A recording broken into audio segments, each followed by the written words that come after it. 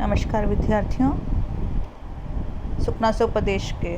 आगे के गद्यांश को अब हम पढ़ने जा रहे हैं। इसके पूर्व की कक्षा में मैं आपको उपयुक्त गद्यांश में परिपालित अपि प्रपाल्यते तक पढ़ा चुकी हूँ। आगे से देखते हैं लक्ष्मी के बारे में। न परिचयम रक्षति, न अभिजनम इक्षते, न रूपम आलोक्यते, न कुलक्रमम अनुवर्तते, न शीलं पश्यति, न वैदग्ध्यम गणयति, न श्रुतम आकर्ण्यति, न धर्मम अनुरुध्यते, न त्यागम आद्रियते, न विशेषज्ञतां विचार्यति, न आचारम पालयति, न सत्यम अवबुध्यते, न लक्षणम प्रमाणीकरोति, गंधर्व नगर लेखा इव पश्यत एव नश्यति। यह जो लक्ष्मी, इसका स्वभाव देखिए। न परिचयम रक्षति, न तो परिचयम परिचय की रक्षति रक्षा करती है, न अभिजनम इक्षति, न ही अभिजनम उच्च कुल को श्रेष्ठ कुल की ओर देखती है, न रूपम आलोक्यते, न ही सौंदर्य को देखती है या सौंदर्य की परवाह करती है, न कुल क्रमम अनुवर्तते, न ही कुल परंपरा का अनुसरण करती है, न शीलम पश्यति, न ही शील सदाचरण श्रेष्ठ आचरण को देखती है, न वैदग्ध्यम गणयति और न ही विद्वता का सम्मान करती है, न श्रुतम आकर्ण्यति, न ही कुछ सुने हुए को या शास्त्र ज्ञान को सुनती है, न धर्मम अनुरुध्यते, न ही धर्म के प्रति लगाव रखती है, न त्यागम आद्रियते, न ही त्याग का आदर करती है, न विशेषज्ञतां विचार्यति और किसी विशिष्ट ज्ञान का भी विचार नहीं करती है, न आचारम पाल्यति, न ही सदाचार का पालन करती है, न सत्यम अवबुध्यते, न सत्य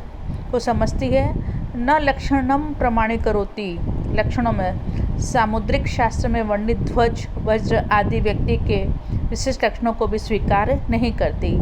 अपितु ये कैसी है? गंधर्व नगर लेखा इव, आकाश में गंधर्वों के नगर की लेखा इव, रेखा के समान, पश्यत एवं देखते देखते ही नश्यति नष्ट हो जाती है। तात्पर्य यह है कि इस संसार में ऐसी दूसरी नीच कोई नहीं है जैसे कि यह दुष्ट लक्ष्मी है। प्राप्त हो जाने पर भी इसकी रक्षा कर पाना अत्यंत कष्टदायक है।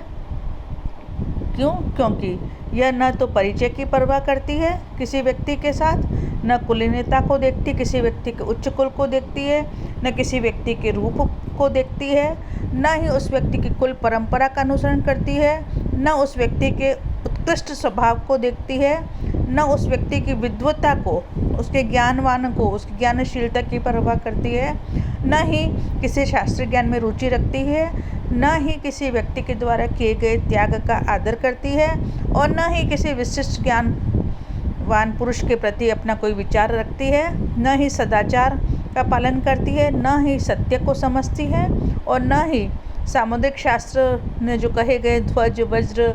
आदि जो गुणात्मक चिन्हों को प्रमाण मानकर उनका अनुसरण नहीं करती है। अपितु ये तो आकाश में टूटता हुआ तारा जिसे हम कहते हैं, या गंधर्व नगर की रेखा की भांति देखते देखते ही नष्ट हो जाती है।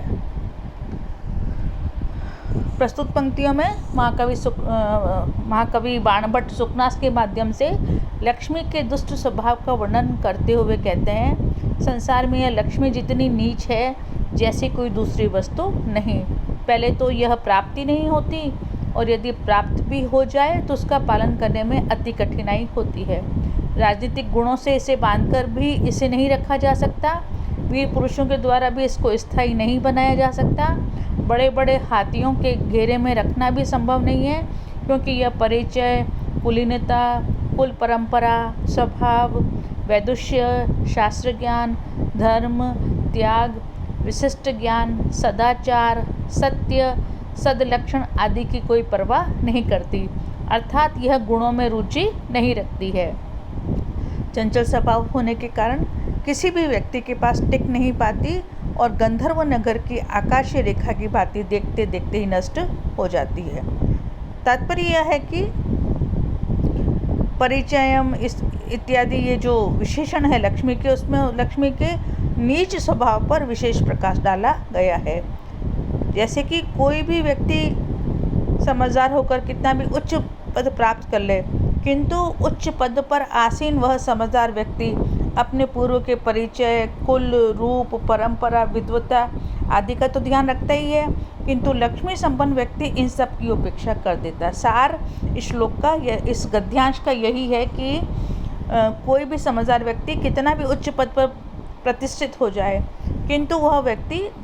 यदि उसके सामने कोई ऐसी स्थिति आई है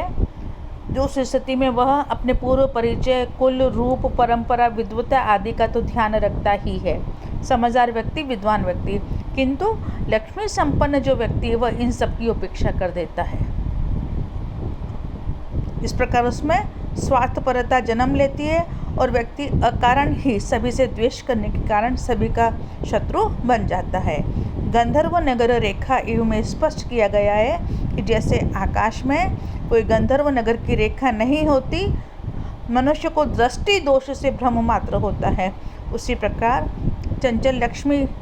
प्राप्ति का भ्रम ही होता है। वह तो कब आई कब गई इसका पता ही नहीं चल पाता, अथवा उसको देखने मात्र से अनिष्ट होता है। जैसे कि गंधर्व नगर की रेखा के समान नक्षत्र विशेष का दर्शन अनिष्टकारी होता है, जैसा कि बृहद संहिता में वर्णित है कि उसके उदित होने से वज्रपात, तूफान, राजा की मृत्यु, शत्रु भय आदि होते हैं। इति शम।